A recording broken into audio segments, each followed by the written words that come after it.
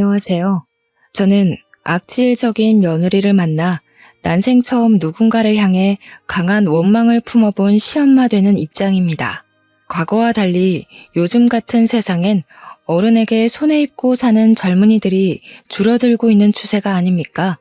당연히 부당한 대우를 받을 경우에 젊은이들이 으쌰으쌰 들고 일어날 용기가 있다는 건 손뼉 쳐주고 싶은 부분이에요. 그런 용기 있는 젊은이들 덕분에 사회가 계속 발전하고 자유로워진 거라고 생각합니다. 하지만 때와 장소를 모르거니와 늙은이라면 무조건 틀렸다고 생각해 태클을 거는 젊은이들은 요즘 사회의 분위기를 잘못 읽은 게 아닌가 싶어요. 제가 곧 나이 70을 바라보게 된 늙은이긴 해도 최대한 젊은이들 생각을 이해해 주려고 했고 간섭하지 않으려고 노력했는데 아무리 젊은이들이라 해도 사람 자체가 진작에 망가진 꼴이라면 제가 아무리 애써봤자 무용지물이더군요. 그럴수록 서로의 관계가 안 좋은 쪽으로 흘러갈 수밖에 없다는 걸 알았습니다.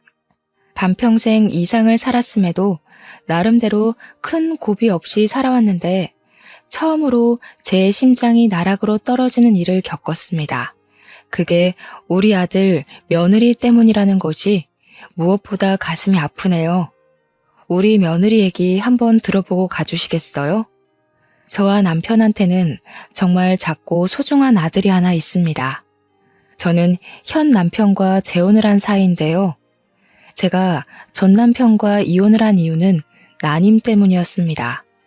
그 시절에는 애 하나 제대로 낳지 못하면 소박 맞고 이혼당하는 게 흔한 시절이었어요. 그런 시대에서 저는 결혼 2년 차에 불임에 가까운 난임이라는 진단을 받고 말았고 시모의 구박과 남편의 방관을 못 이겨 1년 만에 시댁을 스스로 나오고 말았습니다. 사실은 쫓겨난 거나 마찬가지죠. 원치 않는 합의 이혼으로 이혼녀가 되어버렸으니까요. 그래도 제가 나름 성실하게 살았던 덕분인지 늦게나마 좋은 인연을 만나게 되었는데요. 다행히 착한 남편을 얻는 덕에 제 인생엔 결코 없을 줄 알았던 소중한 아기를 낳을 수 있었습니다. 제가 난임은 맞지만 시술을 통해 극적으로 얻게 된 아이라서 제겐 우리 아들이 처음이자 마지막인 자식이었고 흔쾌히 제 목숨을 내걸 수 있을 만큼 무척 소중한 존재입니다. 보통 그렇게 귀하게 얻은 자식이라면 과잉보호 방식으로 육아를 했겠다고 말씀들 하지만 저는 오히려 반대였어요. 둘도 없는 소중한 아이이기 때문에 우리 아들을 제 품에 가둬두기보단 원하는 대로 누리며 살도록 만들어주는 게 목표였습니다. 한편으론 당연히 부모로서 자식이 뭐라든 걱정되었죠. 저도 다른 부모들처럼 내 아이가 최고고 내 아이가 제일 잘나고 똑똑하다는 생각을 했고 계속 신경 써주고도 싶었고 학원을 2개, 3개 보내주고도 싶었어요. 하지만 오로지 우리 아들만 생각해서 그런 집착스러운 마음은 묻어두려고 노력했을 뿐입니다. 그건 남편 생각도 마찬가지였어요. 저와 남편은 어렵게 살아온 형편은 아니었습니다. 남편은 당시 이미 30대의 나이에 경양식 돈가스 집을 운영하고 있었어요. 번화가에 위치해 있었는데 돈가스도 팔고 파스타도 팔고 각종 브런치를 팔아서 나름 장사도 잘 되던 가게였습니다. 그러니까 저는 그때 남편의 돈가스 집에 아르바이트생으로 갔다가 처음 만나게 된 사이였어요. 당시 제가 돈가스 가게에 지원했을 때 나이가 28살이었습니다. 첫 번째 결혼을 25살에 했는데 3년간 난임으로 시댁에 시달리다가 이혼하고 나와서 먹고 살기 위해 도전한 일이 바로 돈가스집 알바였던 거예요. 그 돈가스 가게를 사전조사해봤을 땐 아르바이트생 대부분이 20대 초반 대학생들로 많이 이루어져 있더라고요. 그래서 지원서를 넣었다지만 솔직히 연락도 안 오고 바로 탈락될 줄 알았습니다. 그런데 남편이 제게 흔쾌히 면접의 기회를 주었고 경력 없는 제게 일할 기회까지 준 거였어요. 남편은 정말 좋은 사장님이었습니다. 일한 지 한 1년 지났을 때는 제가 한번 남편한테 아무런 경력 없는 나를 왜 뽑아줬냐고 물어본 적이 있었습니다. 그랬더니 남편 하는 말이 가게 차리기 전 과거에 힘들었던 자신을 보는 것 같아서 저한테 동질감을 느꼈다고 하더라고요.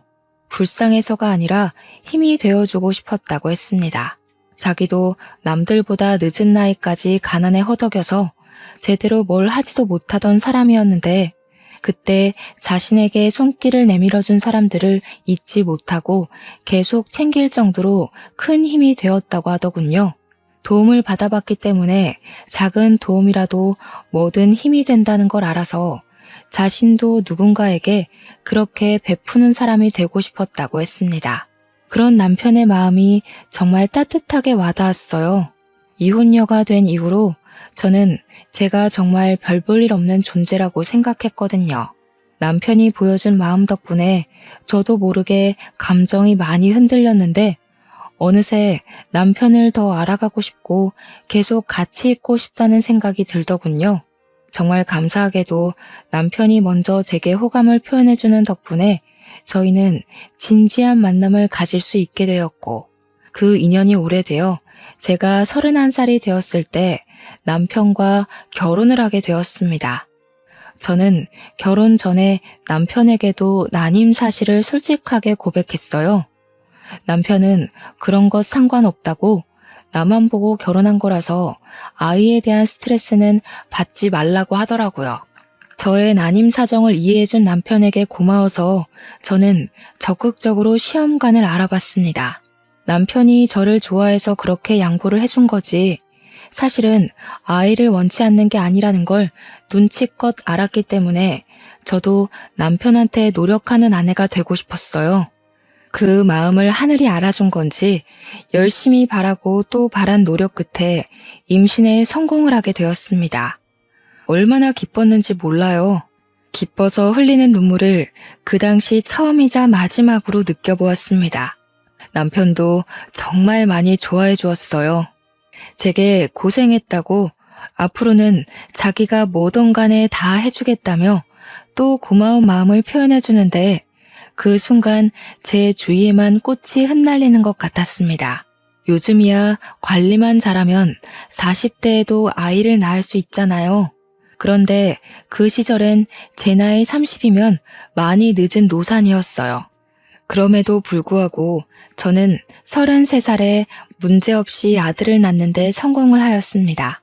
아들의 존재는 저와 남편의 관계를 더욱 돈독하게 만들었습니다.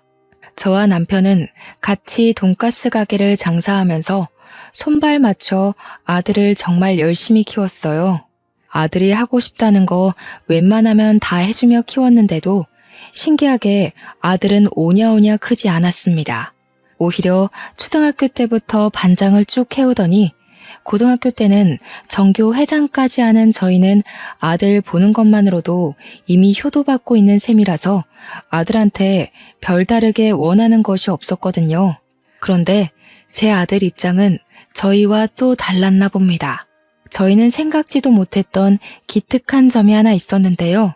아들이 어느 날 그런 말을 하더라고요. 자기는 경영 공부를 해서 남편 가게를 프랜차이즈화 시키는 게 목표라고 말입니다. 그 말이 괜히 한 소리가 아니라는 걸 아들은 차차 증명해 보였어요. 학원 필요 없다고 해서 보내지도 않았는데 대단하게도 혼자 힘으로 명문대에 합격했고 대학 가서 열심히 공부하면서 이것저것 혼자 뭘 알아보더니 장학금까지 모으고 있었더라고요. 아들이 말해주기 전까진 저희는 정말 몰랐습니다. 그리고 아들은 대학교 졸업하자마자 대기업에 바로 입사했고 월급으로 5년 동안 알뜰살뜰 돈을 모아 작은 건물을 매매해 돈가스집 2호점을 차렸습니다. 준비되자마자 대기업은 바로 퇴사를 했죠. 모든 걸 스스로의 힘으로 다 끝내놓고 저희에게 알려준 아들의 고백에 대견함을 느꼈지만 한편으로는 걱정도 되었습니다. 사실 저는 아들이 좀 더 안정적인 직업을 가졌으면 했거든요. 자영업은 수입이 불규칙적이잖아요. 대기업까지 붙을 능력을 갖고 있는 아들이 굳이 어려운 길을 가려고 해서 마음이 좀 불편했습니다. 그래서 아들을 설득할까 싶었지만 아들이 어릴 때부터 워낙 자기 아빠의 가게를 좋아하기도 했고 항상 입버릇처럼 프랜차이즈화 시키고 싶었던 목표를 가지고 있었단 걸 아니까 끝내 아들의 아까운 재능이 무산되는 걸 막지는 못했습니다. 남편도 저더러 아들 하는 일에 괜히 끼어들 생각하지 말고 잠자코 지켜만 보라면서 멀리서 응원해주는 게 부모 할 일이라고 하더라고요. 남편은 아들이 원하는 목표를 위해 혼자 고군분투하여 출발 지점까지 왔다는 것만으로도 너무 기특해 죽겠대요. 생각해보니 맞는 것 같더라고요. 부모한테 미천을 도움받지도 않고 혼자서 2호점을 차린 거잖아요. 역시나 제 걱정이 무색하게 아들은 음식 장사에 엄청난 소질이 있었습니다. 손님 다루는 태도도 능숙했고 무엇보다 메뉴를 개발해서 남편과 의논하는 솜씨가 참 놀라운 리더십이라고 봤습니다. 괜히 학창 시절에 반장 회장을 한 아이가 아니더라고요. 제가 봐도 제 아들이 너무 멋있어 보였어요. 팔불출엄이라서 그런 거라고 생각하실 수 있지만 적어도 제 눈에는 1분 1초도 허투루 살지 않는 아들이 놀랍기만 했어요. 아들은 일주일에 수십 가지 메뉴를 연구했는데 저희더러 시식해보라고 여러 번 찾아왔었거든요. 신기하게 저희처럼 나이 든 사람 입에도 전혀 부담 없이 맛있더라고요. 요리에 센스도 있고 요식업에 성공하고자 열정이 가득 찬 아들을 보니 남편 말이 맞는다는 걸 깨달았습니다. 우리 아들은 원래부터 알아서 잘하는 사람인데 제가 또 괜히 걱정을 했던 거죠. 저는 그 뒤로 남편처럼 멀리서만 아들을 지켜보며 응원했습니다. 그렇게 새로운 신메뉴부터 인기 메뉴까지 선보이다 보니까 1호점보다 홀 크기가 훨씬 작은 2호점 매출이 더 많이 나오는 지경에 이르렀어요. 아들이 오로지 혼자 이뤄낸 성과물이라서 얼마나 자랑스러운지 모릅니다. 아들은 신메뉴의 보장을 확실히 본 뒤에 1호점에도 출시를 시켰고 1호점, 2호점 모두 매출 폭등의 기적을 일으켰습니다. 정말 대견하지 않습니까? 덕분에 남편은 그동안 찍어보지 못했던 매출까지 찍으면서 직원을 2명 더 구해야 하는 상황까지 왔어요.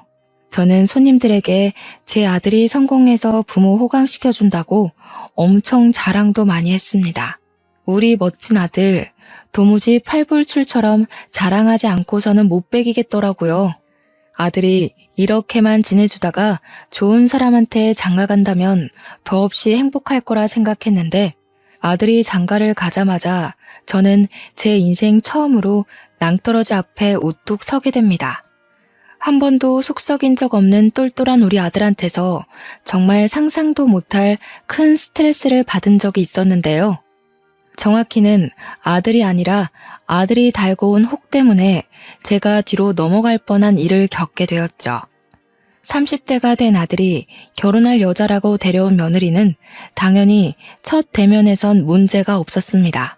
어머님 하면서 우리 아들처럼 사교성도 좋았고 젊은 사람같이 싱그럽게 애교도 곧잘 부렸어요. 딸 없는 서름을 그때 처음 느꼈을 정도로 며느리는 예쁜 짓을 많이 했습니다. 무엇보다 제가 며느리를 마음에 들어했던 건 며느리가 동물병원 간호사였기 때문이었어요. 저와 남편은 결혼을 하면서 귀한 아들을 얻기 전에 새 식구를 둘이나 들인 적이 있는데요. 누가 남편 가게 앞 전봇대에다가 버리고 간 유기견들입니다. 당시 작고 하얀 개가 2마리 있었는데 병원에 데려가서 물어보니 둘 다 3개월 정도 된 아이라고 하더군요.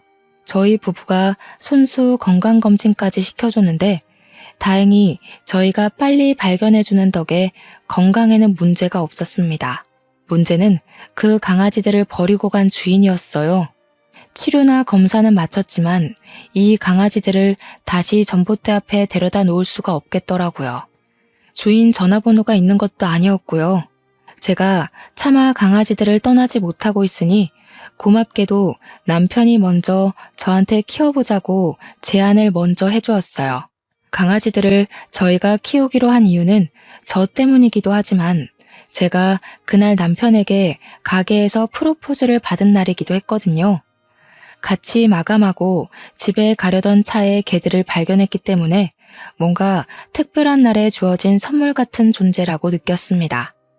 그때만 해도 제가 난임이라서 애를 못 낳을 줄 알았거든요. 그래서 강아지들을 우리 자식들로 생각하며 키우기로 한 거였어요. 그런데 그 후로 기적처럼 아들이 태어났고 아들도 강아지들이랑 남매처럼 정말 잘 지냈습니다.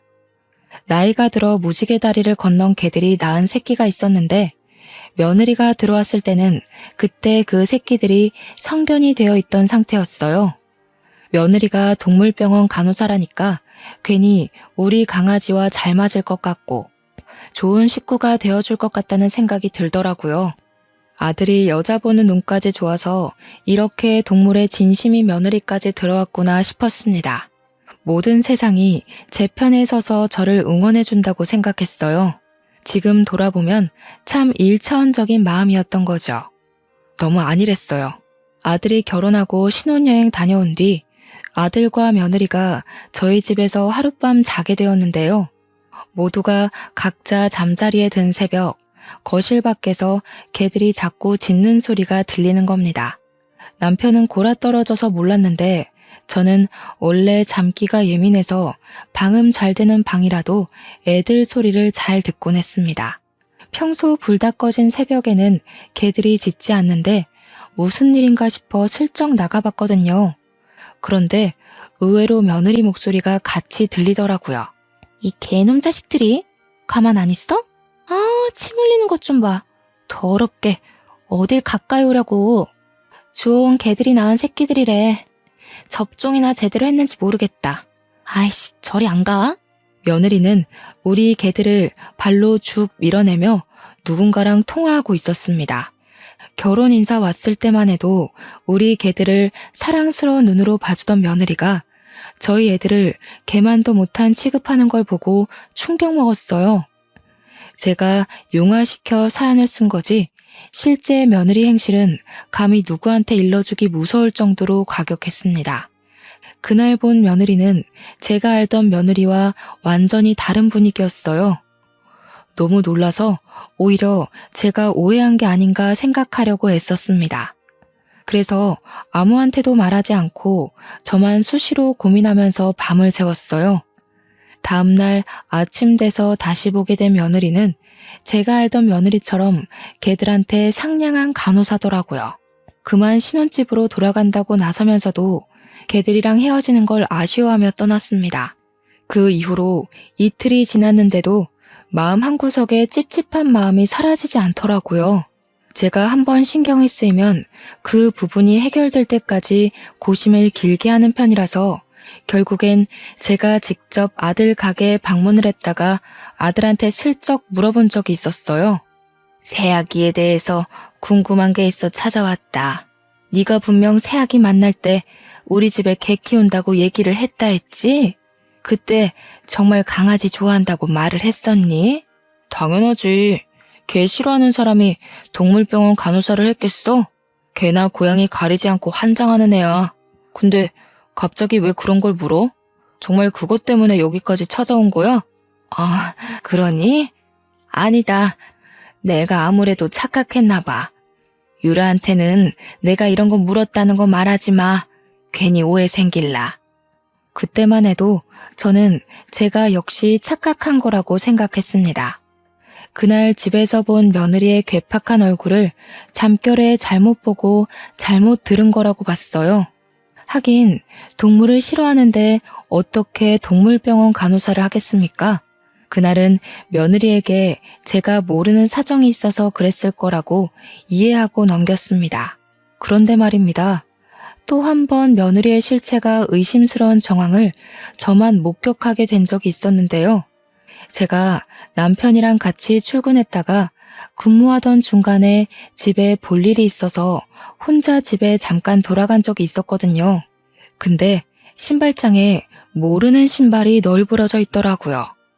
마치 어린아이가 마구잡이로 벗어놓은 것처럼 구부러져 있듯 놓여 있었습니다. 우리 아들 신발이라기엔 작은 것 보니 며느리의 것 같았어요.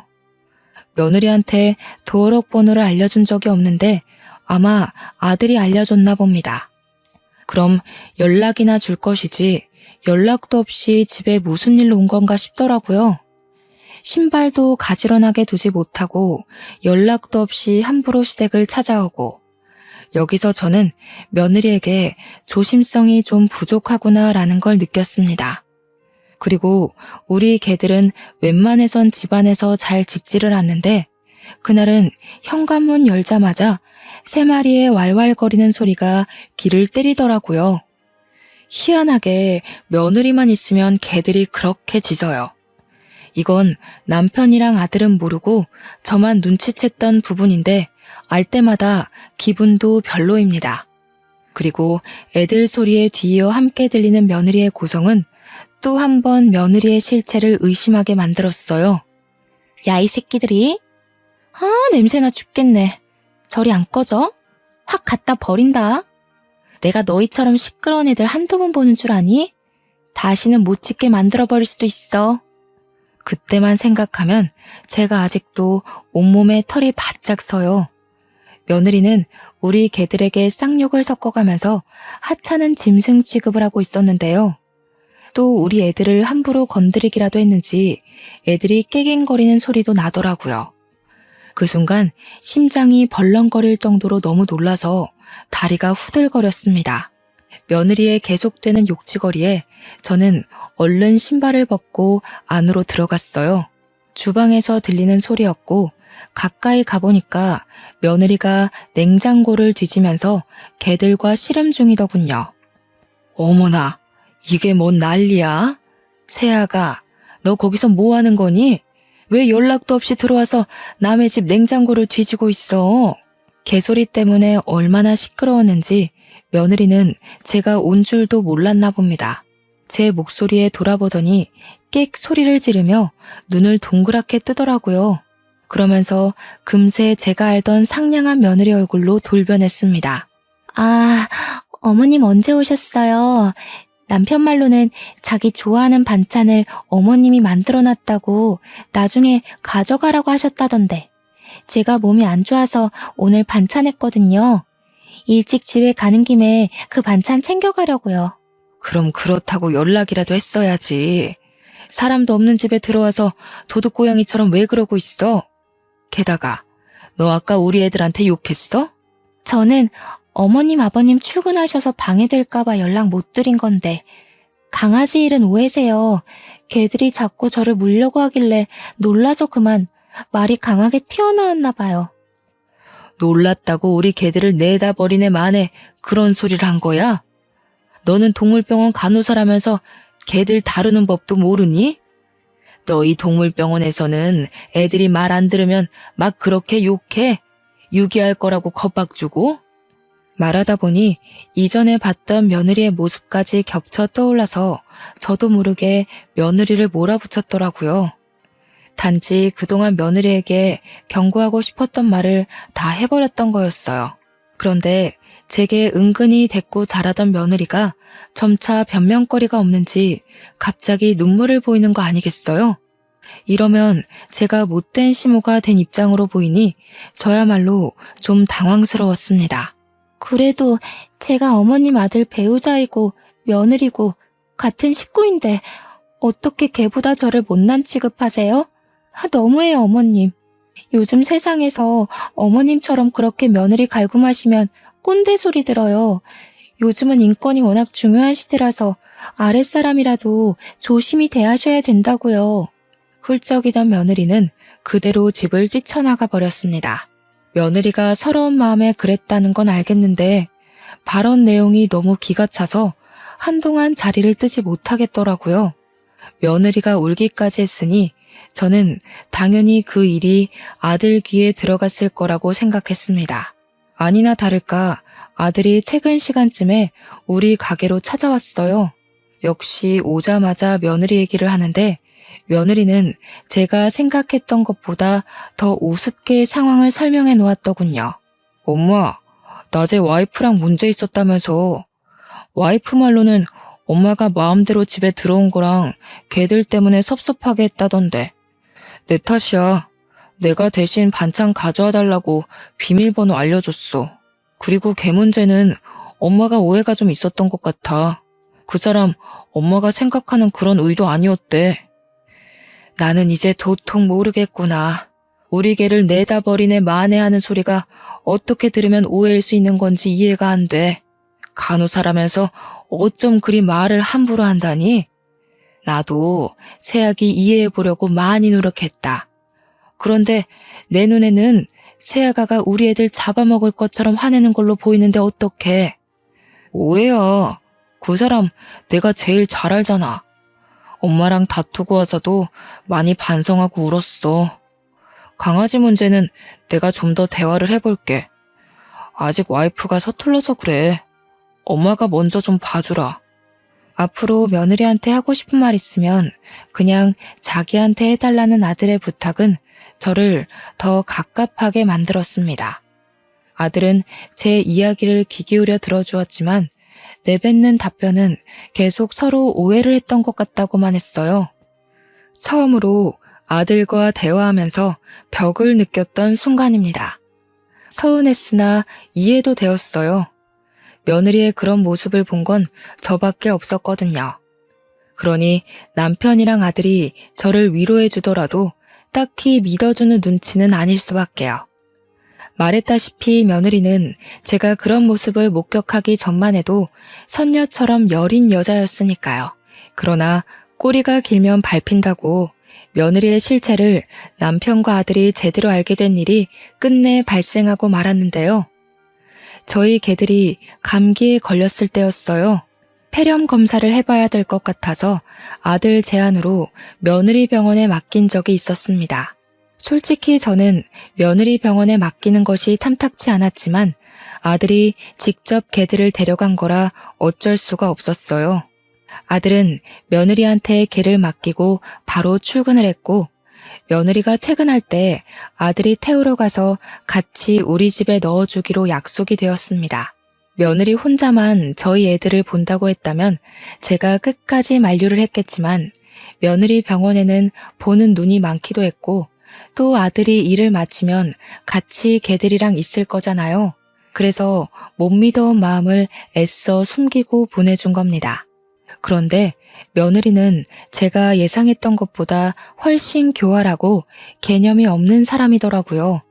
요즘 젊은 사람들이 다 며느리 같은 건 아닐 텐데도 며느리 하나가 너무 센 존재였다 보니 젊은 애들 전부가 며느리처럼 이기적이고 악랄해 보이는 거 있죠.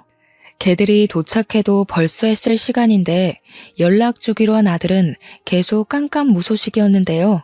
결혼하고 나서부터는 아들한테 괜히 부담되고 싶지 않아서 제가 먼저 전화를 잘 안 했거든요. 그런데 그날은 약속 시간에 너무 늦길래 오래간만에 아들한테 먼저 전화를 걸어보았습니다. 받자마자 아들 목소리가 안 좋다는 것이 바로 짐작되더라고요. 걱정이 되어서 무슨 일 있냐고 물어봤는데 뒤이어 아들이 하는 말은 저를 기절초풍하게 만들었습니다. 어떡해 엄마, 유라가 애들을 잃어버렸대. 지금 최대한 주위 둘러보고 있어. 추운데 괜히 나서지 말고 기다려줘. 애들 찾으면 바로 연락할게. 그러니까 당시 상황은 며느리가 퇴근하고 개들을 데리고 나와서 아들 차를 기다리는 동안에 개들이 갑자기 발광을 했고 며느리는 힘에 부쳐서 개들을 놓쳤다는 거였습니다. 3마리의 개들이 순식간에 달아나 버리는 바람에 며느리 혼자서 그걸 감당 못해 결국 모두 잃어버렸다는 내용이었어요. 그 얘기를 듣고 얼마나 놀랐는지 모릅니다. 남들한텐 그냥 강아지일지 몰라도 제게는 단순한 반려견 수준을 뛰어넘는 가족이에요. 듣는데 내 애가 실종되었다는 말을 듣는 것처럼 가슴이 벌렁거렸다는 겁니다. 남편도 놀란 건 마찬가지였습니다. 저랑 남편은 오지 말라는 아들의 말을 외면하고 전화를 끊자마자 그 근처로 향했습니다. 제가 꼬여서 자꾸 나쁜 방향으로 생각이 드는 건지 모르겠지만 저는 애들이 사라져버린 게 며느리 탓으로 느껴지더라고요. 제 머릿속은 온통 며느리에 대한 분노로 차올랐습니다. 아들이랑 며느리가 있는 곳에 가까워질수록 제 마음은 점차 검게 물들어갔어요. 차에서 내리게 되었을 때는 이미 며느리를 탓하기 위해 마음을 먹어버린 상태였습니다. 그래서 며느리가 보이자마자 쫓아가 며느리의 멱살을 잡고 흔들었어요. 이 천벌 받을 년, 너 일부러 그랬지. 내 새끼들 못되게 구워 삼더니 일부러 버린 거지? 내가 언젠간 너 사고 낼 줄 알았다. 그래도 그동안은 너를 이해해보려고 해서 눈 감아 줬거늘. 기어이 네가 이런 식으로 나와? 그럼 나도 더 이상 넘어가 줄 필요가 없지. 왜 이러세요, 어머님? 제가 무슨 일부러 했다고 그러세요. 3마리가 동시에 발악을 하는데 제가 혼자서 무슨 수로 개들을 다 붙잡아 두냐고요. 어머님 저번부터 자꾸 절 이상하게 오해하시는데 계속 이러시면 저 진짜 화낼 수밖에 없어요. 내가 오해를 한 건지 아니면 맞게 본 건지 그건 네 말만 들어선 모를 일이지. 만약 내가 정말 오해를 한 거라면 난 네 앞에서 무릎 꿇고 머리도 조아릴 수 있다. 그러는 넌 나만큼 떳떳하게 네 말에 책임질 수 있니? 왜? 연기한 게 너무 많아서 막상 내가 이렇게까지 나오니까 겁이 나? 저는 재혼을 하고 나서부턴 화라곤 내본 적이 없는 사람입니다. 그건 남편이랑 아들도 아는 사실이에요. 저더러 항상 힘나는 비타민 같은 존재, 잔잔한 안개꽃 같은 존재라고 칭찬을 했었으니까요. 그런 제가 목청 높여서 며느리를 다그치자 남편과 아들이 많이 놀란 듯 했습니다. 황급히 저를 말리며 진정시켰어요. 그 와중에 며느리는 제 엄포에 당황해서 아들 뒤에 숨고 난리를 부리더군요. 억지로 짜낸 눈물을 그렁그렁 매달고서 말입니다. 일단 애들 찾는 게 먼저라는 남편 말에 저는 뒤늦게 정신을 붙들고 주위를 샅샅이 뒤졌습니다. 아이들 이름을 부르며 지나가는 사람 붙잡고 물으며 사방팔방을 돌아다녔어요. 워낙 정신 빠져 있었던지라 저는 제가 울고 있는지도 몰랐습니다. 울면서 뛰어다니니까 나중에는 사람들이 무슨 일 있냐고 알아서 물어봐 주기도 하더군요. 하지만 당장 그날에 아이들을 찾는 건 실패하고 말았습니다. 너무 절망적이었지만 주저앉아만 있는다면 아이들 찾을 기회는 영영 사라질 테니 저는 정신 똑바로 차리고 매일매일 방도를 찾았죠. 제가 가게 일도 못 보고 아이들 찾는 데만 몰두하고 있으니 남편도 제 곁에서 손길을 보태주었고 아들이랑 며느리도 퇴근하면 저를 도와 실종 전단지라도 더 나눴습니다. 반드시 찾을 거라는 일념 하나만 생각하며 움직였는데 제가 무슨 짓까지 했냐면 거리에 주차된 블랙박스랑 주위 건물 CCTV까지 제발 사정하고 부탁해서 확인을 했어요. 도로 CCTV의 경우 경찰의 허가가 있어야 된다고 하길래 그런 것까지 알아볼 정도로 진심을 쏟아부었죠. CCTV를 확인할 때 남편은 제 곁을 지켜줬고 아들이랑 며느리는 출근 때문에 적정 시간만 돕다가 집으로 돌아간 상황이었습니다. 그렇게 확인한 CCTV 자료에서 저는 며느리 실체에 대한 확신을 얻은 셈이었고 남편은 생소한 며느리 모습에 굉장히 충격을 받았어요. 제가 확인했던 블랙박스, CCTV를 다 조합해보면 며느리가 우리 애들을 일부러 버렸다는 걸 쉽게 알 수 있었습니다. 카메라에 며느리 모습이 대거 찍혀 있었는데 며느리가 인도에서 나오더니 주위를 둘러보다가 개들을 도로 쪽으로 풀어버리는 거 아니겠어요?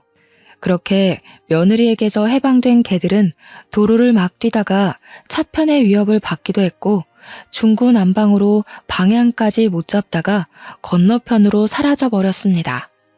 다행히 차들이 신호를 받은 상태여서 2차 사고 위험은 없었어요. 그땐 아들이 며느리에게 당도하기 전이라서 그 사실을 알고 있는 사람은 저와 며느리뿐일 겁니다. 남편도 이제야 며느리의 진짜 얼굴을 알게 되었으니 충격이 클 테죠. 마치 제가 며느리의 실상을 처음 봤던 순간처럼요. 모든 걸 본 저와 남편은 며느리한테 나란히 화가 나서 이거 이대로 두면 안 되겠다는 생각을 했습니다.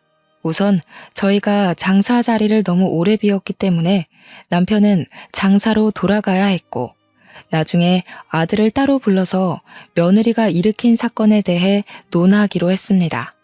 그리고 저는 아침부터 당장 며느리 동물병원으로 찾아갔습니다.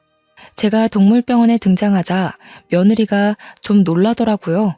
그러더니 금세 저를 걱정하는 얼굴로 잠 좀 주무셨냐고 묻는 겁니다. 저는 거기다 대고 바로 귀싸대기를 날렸습니다. 사람들 눈도 신경 쓰지 않고 말입니다. 개만도 못한 년. 네 편 안 들고 개들 편 들어서 섭섭하다고 했니? 어떻게 너를 개보다 못한 취급하냐고 했어? 몰라서 물어? 네가 그런 취급밖에 못 받은 건 애초에 네가 개만도 못한 년이기 때문이야. 주워온 개라고 세균 취급하는 네가 어떻게 동물병원 간호사가 됐는지 모르겠네. 여기 직원들이랑 보호자들은 아니? 네가 지난밤에 우리 애들 유기시켰다는 거? 당시 시간이 아침이었던지라 방문자가 많았고 직원들도 다들 모여있던 차였는데 제 말을 듣고 모두가 놀라서 며느리에게 시선을 던졌어요. 당황한 며느리는 얼굴이 시뻘개져서 저를 어떻게든 끌고 나가려고 했습니다. 저는 그런 며느리를 밀치고 원장이라는 사람을 찾기 위해 이리저리 돌아다녔죠. 그리곤 원장실 한 곳을 들어가 의사 선생님한테 다짜고짜 CCTV를 보여주었습니다. 선생님, 여기 이 아가씨가 안고 있는 강아지 3마리를 어떻게 하는 걸로 보이세요? 놓친 게 아니라 일부러 놓은 걸로 보이지 않나요? 이 강아지들 기억나시죠? 우리 며느리 믿고 여기 병원에서 치료받은 애들인데요. 의사 선생님은 당연히 우리 애들을 알아보았고 그 강아지들이 며느리 시댁되는 집안의 강아지라는 것까지 기억하고 있었습니다. 그리고 의사 선생님도 화면 속의 아가씨가 우리 며느리라는 걸 바로 눈치채더라고요. 어째서 아이들을 유기한 거냐고 저한테 묻길래 저는 제가 알고 있는 며느리의 실체를 낱낱이 밝히며 증거 영상까지 모두 보여주었어요. 그러면서 이렇게 몰상식한 인간을 직원으로 쓰지 말고 당장 해고하라고 했습니다. 해고 안 하면 이 영상을 동물병원 이름을 달고 인터넷에 올릴 수도 있다고 했더니 자기 개인 병원 명의를 실추시킬 수 없던 수의사가 알겠다고 약속을 해주더군요. 의사 선생님이 시켜서 못 들어오고 있던 며느리는 제가 원장실을 나서자마자 저를 잡아 끌고 탕비실 같은 데로 데려갔습니다. 주위에서 말리려고 했는데 며느리가 악을 지르는 바람에 다들 식겁해서 어쩌지 못했죠. 며느리가 드디어 본 얼굴을 숨기지 않기로 작정했는지 제가 시어머니라는 것도 잊고서 호통을 쳤습니다. 남의 직장까지 와서 대체 무슨 행패예요? 그래요. 내가 그 녀석들 좀 풀어줬어요. 걔들 때문에 남편이 나랑 아이 가질 생각을 안 하잖아요. 남편이 계속 걔들 노견이라고 살아있을 때 추억 많이 만들어야 된다면서 개소리만 하길래 답답해서 그랬어요. 못된 것. 내 아들이 너 이런 애인 줄 알면 상종도 안 할 거다. 어디서 이런 짐승만도 못한 사람이 우리 집에 들어와서 앞길을 틀어막아. 우리 애들이 너만 보면 짖던 것도 다 이유가 있었던 거야. 네가 보통 애가 아니라는 걸 알고서 그렇게 표현을 해댔던 거였어. 아, 지겨워. 자꾸 내 새끼 우리 자식 하면서 의미 부여하시는데 그래봤자 걔는 걔예요. 그것들은 사람보다 못한 것들 맞는다고요. 저 동물병원 간호사인 거 잊으셨어요? 그런데 의미 넣는 어머님이야말로 정신병 있는 겁니다. 병원 가보세요. 너 말 잘했다. 네가 이렇게 나와주길 바라고 내가 소형 카메라를 산 거야. 고소당할 준비나 하거라. 세상 무서운 줄 모르고 어디서 그런 상식 없는 행동을 해. 네가 저지른 행실 내가 아주 단단히 떠벌려 줄 테니까 각오해라. 제가 가방을 단단히 챙겨 들고 탕비실을 나가는데 며느리가 당황해 있다가 뒤늦게 어머님 소리를 지르며 튀어나왔습니다. 그리고는 주위 사람 시선은 안중에 없는지 제 가방만 잡고 늘어지더군요. 제가 무게의 중심이 휘청거려 고꾸라지자 지켜보던 직원들이랑 보호자들이 다 같이 나서서 도와주었습니다. 의사 선생님 2명까지 나와서는 저를 부축해주면서 며느리를 향해 무슨 짓이냐고 혼쭐을 내었어요.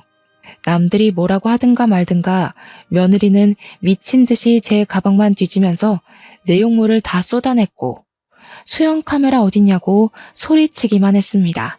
내가 정말 너를 볼 때마다 심장이 두근거린 이유가 다 있었네. 카메라 같은 건 없다. 그런데 이제 그게 무슨 소용이니? 이미 너의 그 추악한 실체를 본 사람들이 이렇게 많아졌어. 여기 모든 사람들의 눈과 기억을 가리지 않는 이상 더는 못 숨긴다.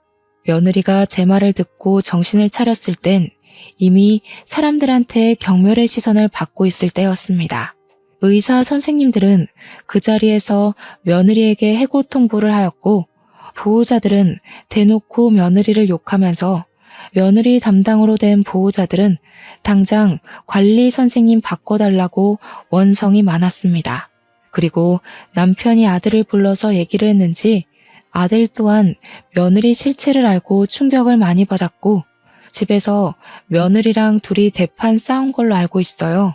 결국 이혼을 받아들이지 못하는 며느리를 대상으로 아들은 소송을 시작했고 똑똑한 아들은 며느리의 행실이 담긴 영상들을 정리해서 변호사에게 제출을 했습니다.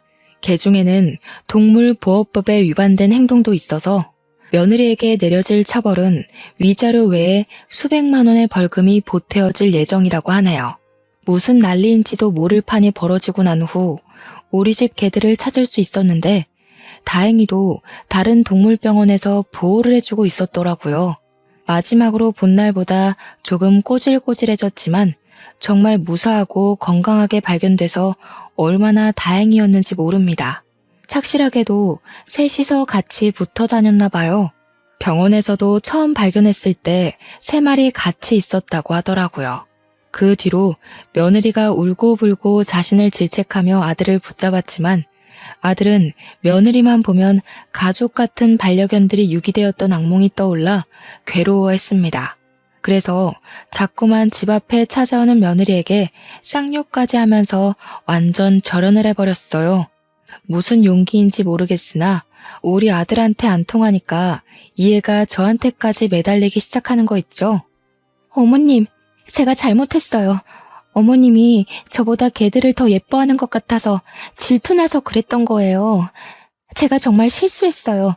한 번만 용서해 주세요. 저희 아빠 엄청 보수적이라서 저 이혼당한 거 알면 진짜 큰일 나요. 너는 내가 아주 만만한가 보구나. 들키면 눈 감아주고 빌면 넘어가주고 하니까 나를 아주 쉽게 봤나 본데. 잘못에 대한 대가를 받아야 다신 헛짓거리 안 하지 않겠니? 가서 너희 부모한테 다시 교육받고 똑바로 살거라. 며느리를 그렇게 쫓아보내버렸더니 저희 가정은 기다렸다는 듯 바로 평화가 찾아왔습니다. 그리고 아들은 제게 그동안 믿어주지 않아서 죄송하다고 사과를 했어요. 남편도 저더러 혼자 며느리 실체를 눈감아주고 있느라 버거웠겠다면서 미안하다고 하더군요. 저는 애초부터 아들과 남편을 원망하진 않았습니다. 제 말을 못 믿어줄 때 약간 서운한 건 있었지만 둘의 반응을 제가 이해 못하는 것도 아니었으니까요. 며느리가 정상적이기만 했어도 저는 아들네 부부에 터치하는 일은 없었을 겁니다. 하지만 파렴치한 며느리라면 제가 어찌 무시만 하고 있을 수 있겠나요? 아들이야 워낙 똑똑해서 마냥 당하고만 살 사람은 아닌 걸 알기 때문에 충분히 알아서 잘할 거라고 믿어 의심치 않았지만 우리 강아지들은 아니잖아요. 강아지들은 여전히 가족들의 손길이 필요한 존재란 말입니다. 감히 내 새끼들을 건드렸다면 저는 그런 사람을 가족으로 둘 생각도 옆에 둘 생각도 없는 사람이에요. 반려견을 안 키우는 분들은 가족과 반려견을 동등히 하는 제 마음을 이해하기 어려울 겁니다. 그분들 마음까지 강요해서 위로받을 생각은 없어요. 하지만 다들 동물이라고 함부로 해도 되는 존재로 생각하지 말아주셨으면 해요. 생명의 가치를 제가 감히 지정할 순 없겠지만 세상 모든 사람들도 저와 똑같이 목숨을 평가할 권리는 없는 거잖아요. 나쁜 마음 먹는 사람은 있어도 나쁜 마음 먹는 동물은 없다는 거. 아는 지인한테 들었었는데 감명이 깊었던지라 남겨봅니다. 모두가 존중받고 존중할 수 있는 사회가 되어갔으면 좋겠네요. 제 사연 들어주셔서 감사합니다. 따뜻한 하루 보내세요.